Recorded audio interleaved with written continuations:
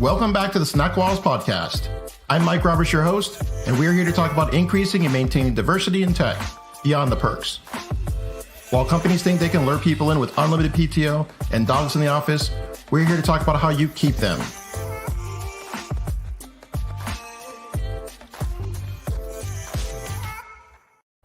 All right, I'm going to throw it over to our special guest today.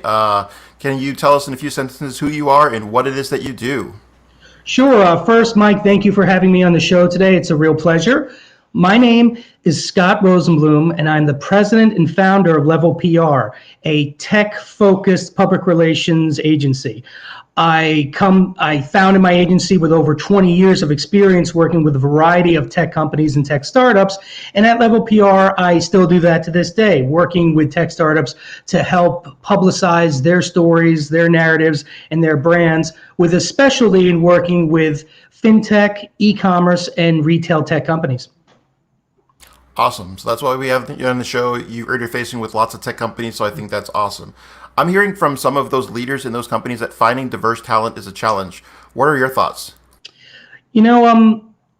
At this point, technology is unlike when I first started out in the business, whereas almost technology was still considered a separate subsect. Technology is so perverse now, and perverse or pervasive, I should say, so pervasive in so many areas of our lives that, unlike in the past when I was in school and things were still analog, kids these days, even from early on in elementary school, certainly all the way up to high school, are learning technology and learning how to code from an early age, and getting them involved and getting them interested in is not as hard as it used to be. So there's definitely more. So by the time they get to the point when they're looking for a job, there are more folks out there from diverse backgrounds who are interested in getting programming jobs and tech jobs and coding jobs. But I think the onus falls more on the employer side. How much of a priority is it for a company? Is it just lip service, or do they really understand the value of hiring diverse staff and hiring diverse cultures? Because even companies that aren't planning for world domination or trying to spread globally, by just having a diverse voice in the room could just change everything in the positive direction for just basic day-to-day operations.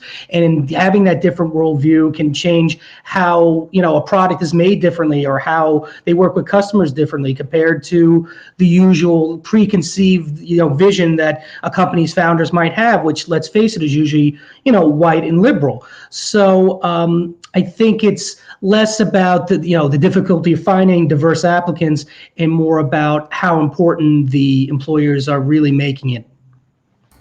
Yeah. So what I'm hearing from you is prioritization. It's got to be a priority, and it adds benefit. There's an intrinsic value because you're connecting with people that might be like your customers. So I think that's just awesome. Yeah. Now I'm hearing a lot of folks are now pushing for the removal of a CS degree requirement for engineering roles. What are your thoughts about that? Well, I can't speak for other companies and their needs and how they view this, but if it were me and I was looking to hire an engineer, I would look less at whether or not they have a CS degree or whether they went to some school that's known for computer science, and really look more at their portfolio and really look more at what they bring to the table in their skill set. Because as I mentioned before, there's so many opportunities now for young adults to get that sort of computer science and coding experience that, you might be able to become really accomplished by the age of 23 without ever having to step foot in academia, and I would look at that first and foremost. I mean, there will be some companies where that's still, formality is still a big issue, and that you're not going to be able to get around it. But for a lot of for example, a lot of the startups I work with, they're so nimble and so fast, they'll care less about title and less about the degree and more about, okay, can this person I'm hiring, can this person I hire really do this? Do they really, or if they're still early on, do they really have the potential? And if that's coming more from a diverse group of applicants, I think it'll just open up more doors, the less barriers for entry. Yeah, that makes sense to me. So what do you think about the apprenticeship pattern? Do you think that might work for tech roles? I do, and actually that dovetails nicely or piggybacks onto what I just said, because you might have a situation where you have someone who doesn't have a CS degree but has already done nonprofit work or done some pro bono work and has already showed his or her potential, but maybe not quite ready yet to lead a difficult project or to lead a data science team. That's a person who would be a natural candidate to be an apprentice, and to then work with somebody within your team who has that experience, who could then show him or her the way and teach them things they might not know, or teach them how to do what they're already doing, but in a more, could be a more structured environment or a more corporate environment that they just don't have that experience with. But I think first and foremost, whether it's a formal internship or formal apprenticeship or something less formal, depending, on the size and how many employees you have in your company, no matter what, you have to pay them a fair wage. The days of free internships, free labor, if you will, even if it is from a younger group of talent that doesn't have the experience that the executives do, it's unconscionable, and you really can't get away with it anymore. You have to pay a fair wage to give these people a chance. Yeah, absolutely. I'm all about, equity. And so I think if folks are adding value to your business, even if it's a small amount in the beginning, best thing to do is just take care of them, right? And take care of them. They'll take care of you. It's a win-win. So exactly. What advice would you share with companies that are looking to retain diverse staff? So let's say they've done a good job of attracting that talent. How do they keep them? That's a great question, and maybe even in some cases a more difficult situation for some companies than actually, like you said, bringing said talent in to begin with.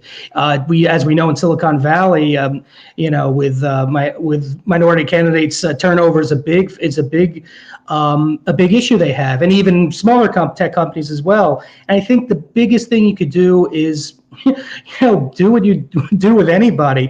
Talk to them. Be a human being. Particularly talk to your diverse staff to find out what their needs are, what might be working, what's not working. If certain policies might be more favorable to the white staffers as opposed to them, or is it the exact opposite? Is the policy working best for everyone? Did you nail it, or just does it need to be tweaked in a certain way? Either way, by doing that, and then on the flip side, working with, let's say, your founder, working with your middle management or executive team to make sure they understand the value and importance of the feedback that you've heard from the staff, and that you cherish it, and that it's important, and you have that sort of two-way street going. I think that's what ultimately might help retain a diverse staff, because if they're treated fairly, if they have an opportunity to grow and eventually rise up into a higher position, earn more money, have a bigger voice and say in the company and how things are moving along, they not only will they stay, but then it becomes an asset for your company's marketing and your company's human resources efforts, instead of what might have been a painful effort to find more diverse staff. Just like anybody else, people talk. There's word of mouth. If you're treating your staff right, they'll let their friends know who might also be in the technology industry, who might also have these skills, and they'll say, people, when they're proud and happy at a company, they're going to talk, and they're going to let you know that they're proud and happy at their company. And next thing you know, you'll have better Glassdoor ratings, more inbound resumes from multicultural staff that you never received before, because just word got out on its own, and it doesn't have to be a difficult task or effort. Like you said before, it becomes a win-win.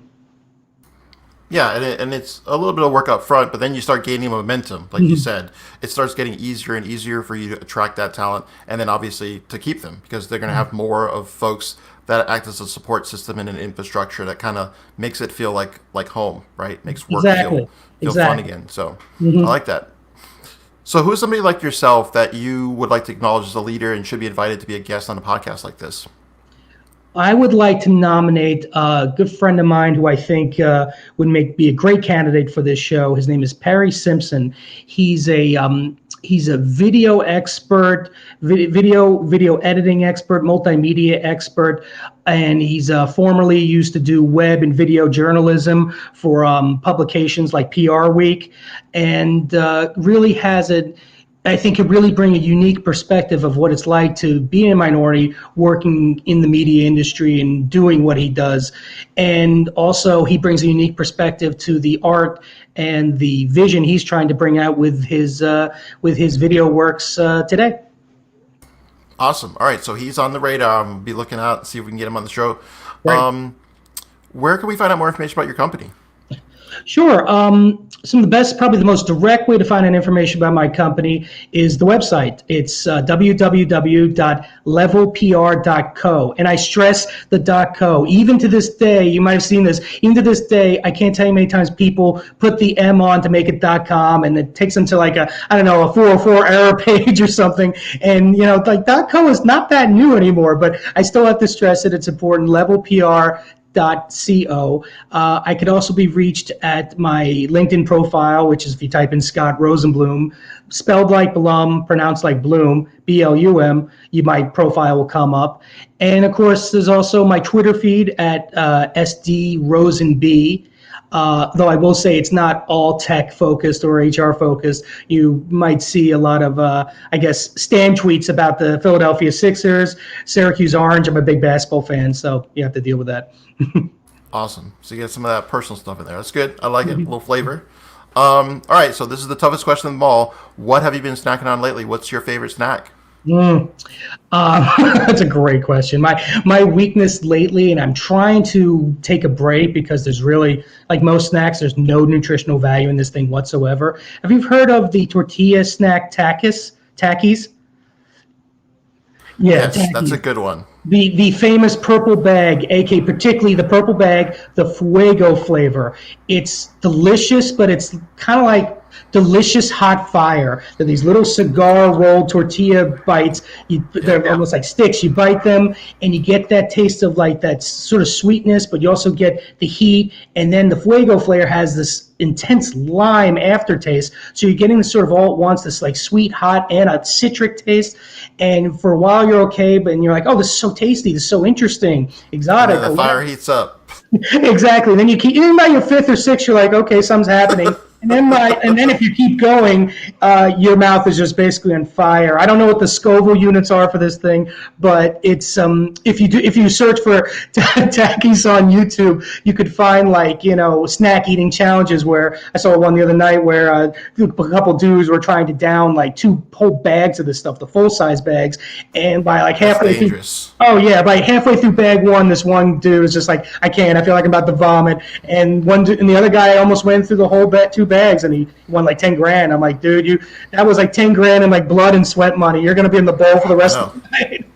Yeah, that's beast mode right there. So yeah. I like that. I am a fan of that snack, and I agree. They're small. That's a little taster snack. That's not one you can eat the whole bag. But yeah, they're so tempting, but I'm actually in a break. I don't think I have bought a bag in like 2 weeks or something. So. It's good. All right, so we got a couple minutes left, so we could either do this. We could end early. You could ask me a question, or you could maybe share something else that you're working on. What would you like to do? Sure. First, I want to congratulate you on the launch of the Snackwells podcast. I guess my question is, how's it going so far? What have you been hearing? Out there from the various people you've been interviewing. A lot of the similar messages, or people coming to the same conclusions, or is it surprising? Depending what you hear.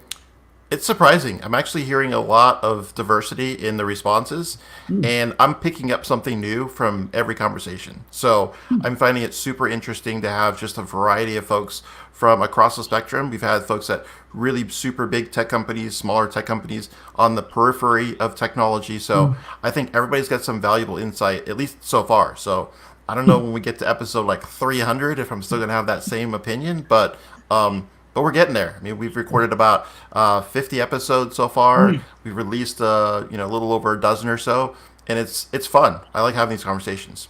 That's great. That's really great. And once again, congratulations. I think there's a lot of voices talking about this subject, but it's one of those things as well, though, where I don't think like too much is enough. You really do have to. This is really something that is important from a national perspective, and then just from a local, individual, or corporate perspective, because like I said earlier, there's a lot of people who pay this stuff just sort of lip service, or maybe there's even like a mandated quota, depending what type of business or organization you have, but doesn't mean you're doing it right, or it's working right, or that it's successful. So there's still a lot to be learned, and there's a lot of room for growth. Absolutely. Thanks again for coming on the program, Scott. I appreciate it. My pleasure. Thanks for having me, Mike. The San Diego Code School is a proud sponsor of the Snack Walls podcast. The San Diego Code School is leading companies to tech equity. The tech-enabled apprenticeship program is a venture whose heart is to do a lot of social good and do good work. You can help San Diego Code School secure funding for change by hiring developers, bringing a team in to relieve your backlog, or becoming a program sponsor. You can visit us on the web for more information at http://stcs.io.